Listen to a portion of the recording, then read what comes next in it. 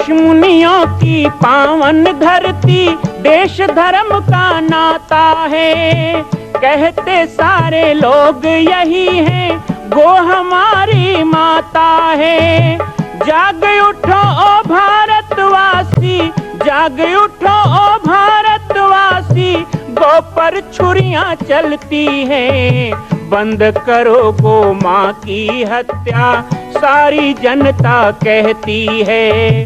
बंद करो गो माँ की हत्या, सारी जनता कहती है।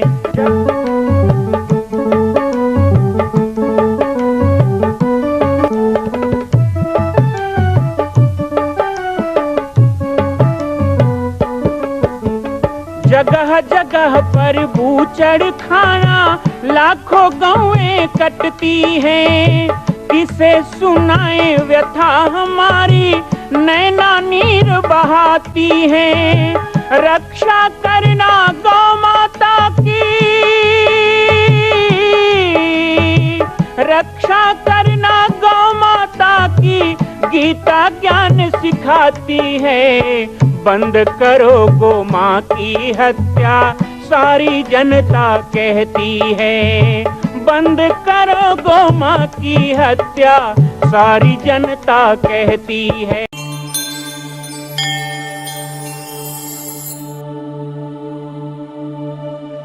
जय श्री राम, जय गो माता, जय गोपाल।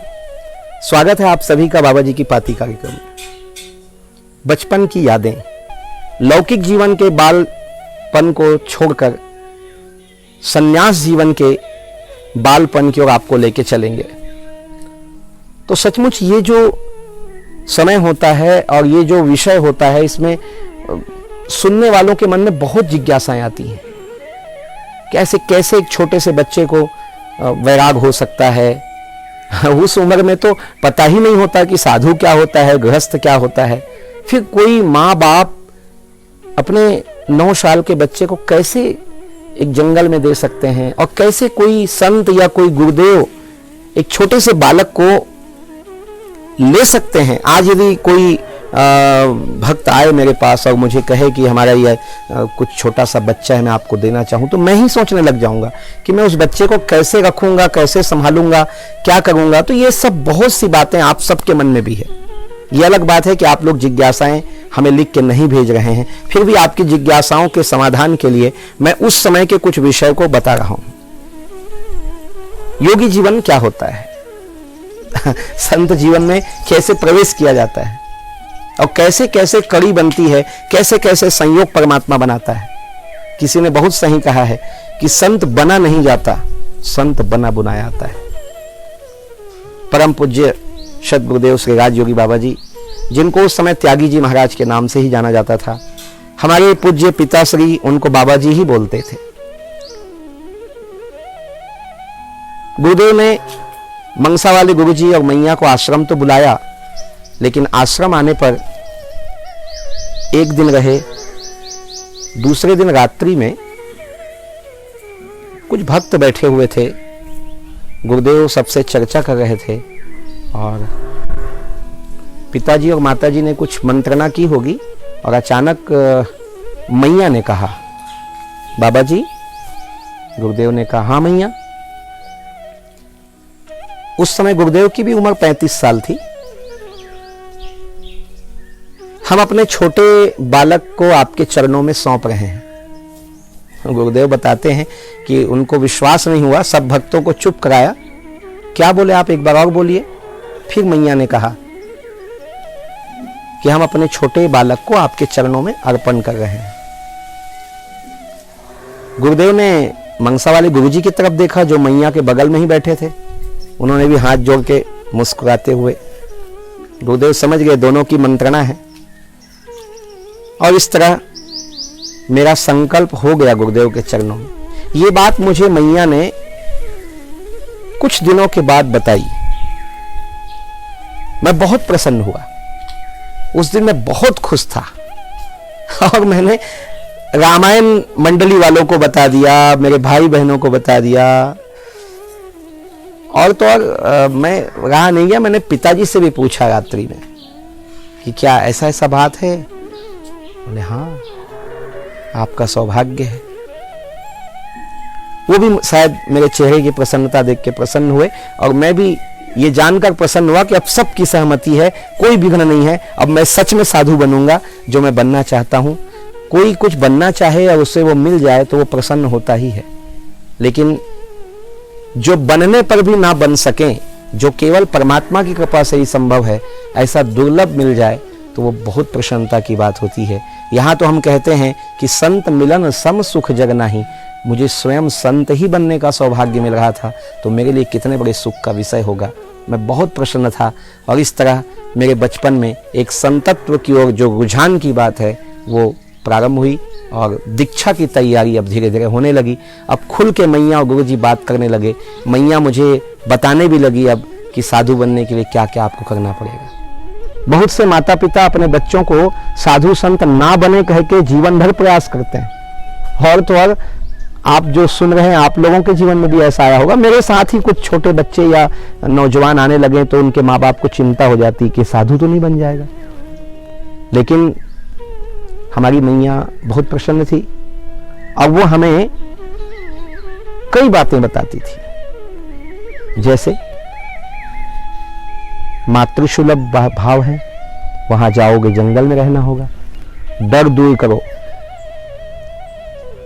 यदि अकेले कहीं जाने में डर लगता है तो जाओ, अंधेरे में रहने की आदत डालो। क्योंकि गुरुदेव के पास उस समय बिजली तो थी नहीं, धुनी के उजाले में ही सारा काम करना होता था। मैया को ये सब पता था, वो देख के गई थी। वो मुझे कहती थी अपने कपड़े खुद धोना सीखो। 8-9 साल के बच्चे को कौन कहता है। यहाँ तक मैया कहती कि जब मैं भोजन बनाती हूँ, रसोई में आते हो तो जरा देखा कर वो कैसे बनता है। मैया को आभास था कि ये सब कुछ मुझे करना है। मैया मुझे भजन भी सिखाने लग गई। वैसे कुछ भजन याद थे लेकिन मैया चाहती थी मैं बहुत से भजन याद कर लूं। तो मुझे कहती कि आपको लिख के नहीं देंगे, आपको याद करके जाना है। वहां जाओगे और बाबा जी कहेंगे भजन आता है आपको, तो आप हाँ कहेंगे, तो आपको सुनाना भी होगा, तो आपको याद होना चाहिए।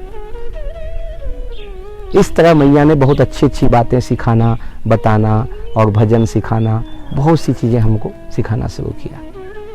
कुछ दिनों के बाद हमको पता चला कि उस समय फोन मोबाइल नहीं था। हमारे पिताजी ने एक पत्र लिखा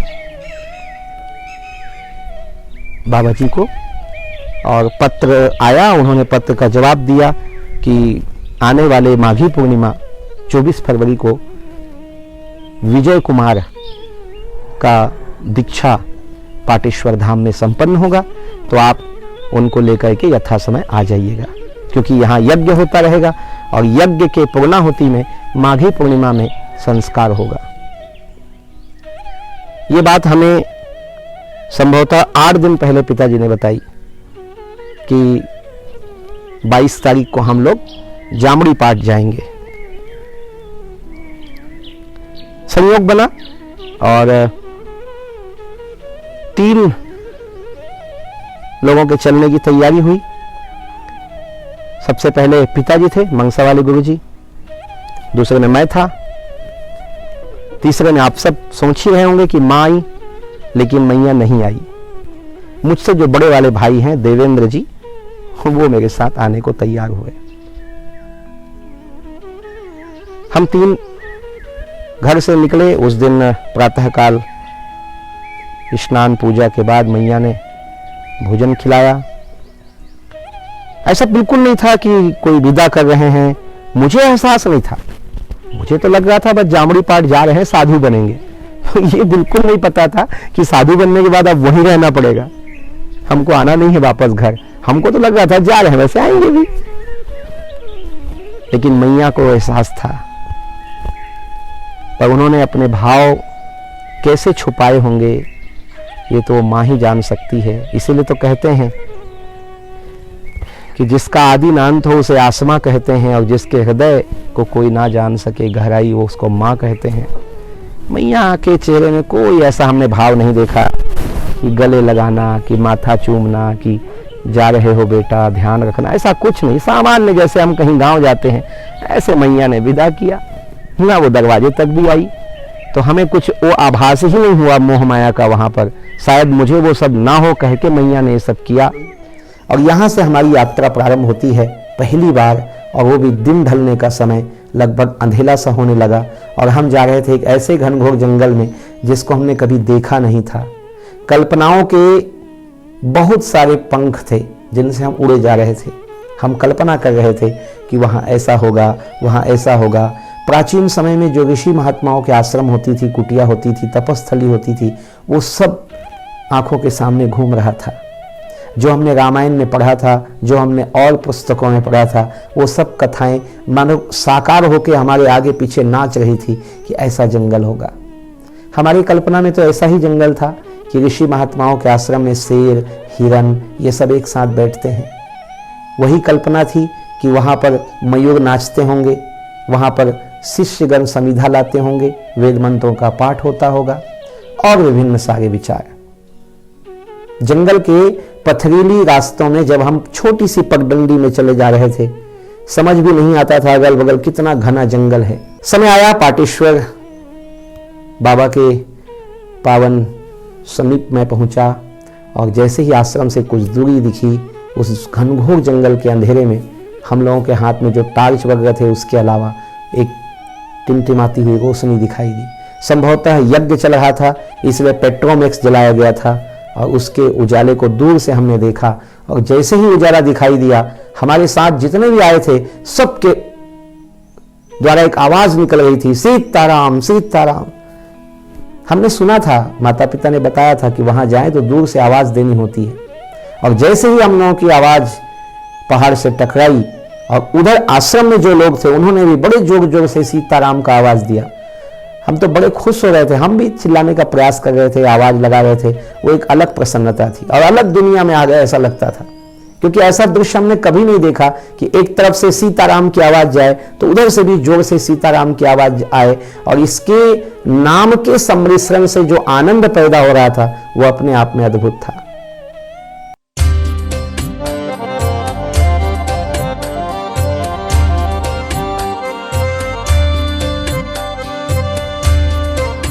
मां कौशल्या की पावन जन्मभूमि छत्तीसगढ़ प्रांत में बालोद जिला में स्थित है श्री सर्वसिद्ध शक्तिपीठ जामड़ी पाटेश्वर धाम।